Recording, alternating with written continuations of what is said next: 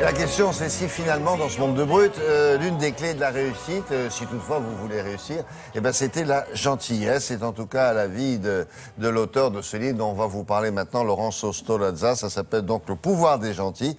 Ça fait bizarre d'entendre de cela dans ce monde-là. Ça sonne un peu faux. On se dit, mais non, il a fait ça pour provoquer tout le monde, ça n'existe pas, le pouvoir des gentils. Ça sonne un peu comme une plume dans un monde de brutes. Et d'ailleurs, la couverture est assez étonnante. C'est un petit nounours poilu avec une peluche qu'on peut toucher, c'est assez rigolo. Et dans un monde professionnel aujourd'hui qui ne vante que le résultat et la compétitivité, on peut vraiment se demander quelle place aujourd'hui a la gentillesse. Et c'est un spécialiste en communication, en entreprise et en management qui a écrit cet ouvrage, Le pouvoir des gentils, dans lequel il nous explique qu'au contraire, les gentils sont les derniers remparts à la bonne marche d'une entreprise. Alors pourquoi ?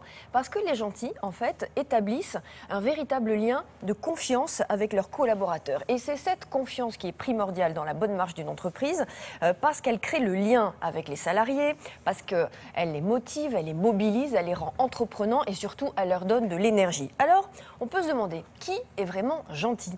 À quoi reconnaît-on, au fond, quelqu'un qui est un vrai gentil de quelqu'un qui fait semblant ou qui manipule ?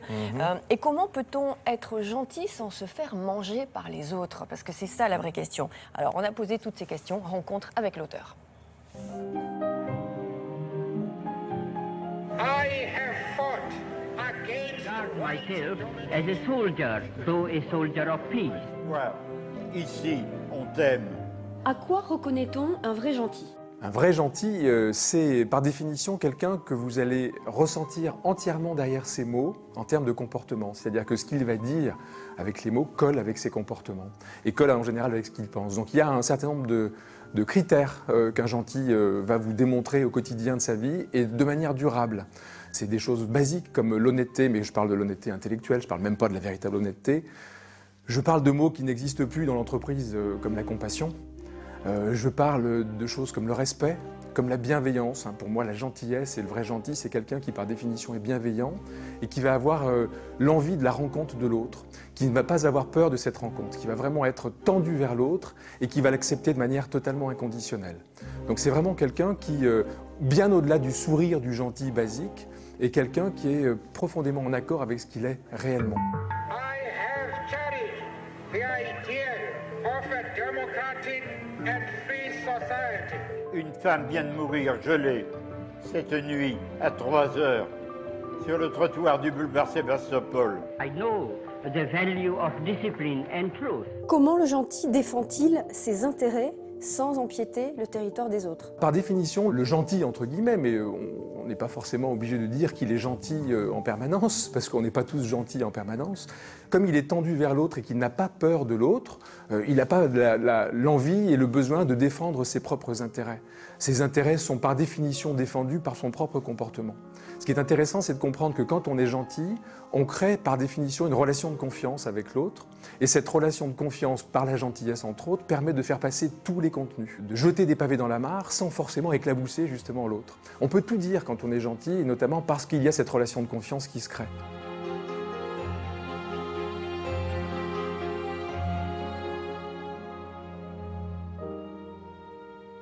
On voit l'abbé Pierre et Gandhi sourire. Cela dit, d'après ce que dit ce monsieur, le gentil, c'est pas quelqu'un qui sourit forcément. En tout cas, il sourit pas tout le temps. Non, c'est pas ça qu'on reconnaît quelqu'un de gentil. Et au contraire, il faut souvent se méfier des gens qui sourient trop et souvent ceux qui sourient en parlant. Il faut beaucoup s'en méfier.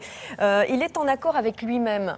Le gentil, on dit qu'il est congruent. Être en accord avec soi-même, il est congruent. La congruence, c'est être en accord avec ce qu'on pense, avec ses valeurs et être honnête intellectuellement. Et comme il est authentique et honnête, il ne renonce jamais à ces valeurs qui lui donnent d'ailleurs un cadre, un objectif, une détermination.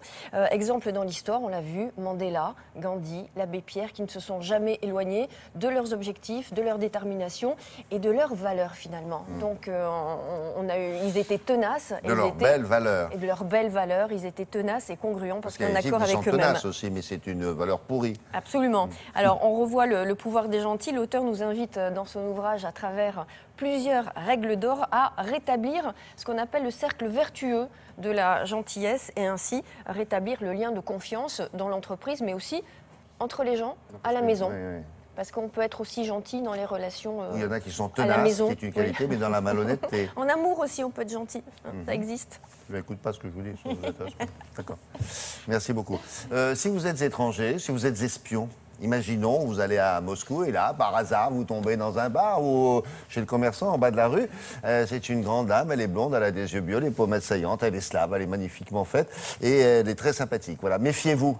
Qui dit ça? Ben, le Sunday Times, lui, dit ça. Il dit ça à qui? Aux espions britanniques. On dit, si vous allez à Moscou, méfiez-vous. Là-bas, vous allez tomber sur des bataillons de jolies filles qui ont été choisies par les services secrets russes, précisément, pour faire parler les étrangers. Ça n'est pas arrivé.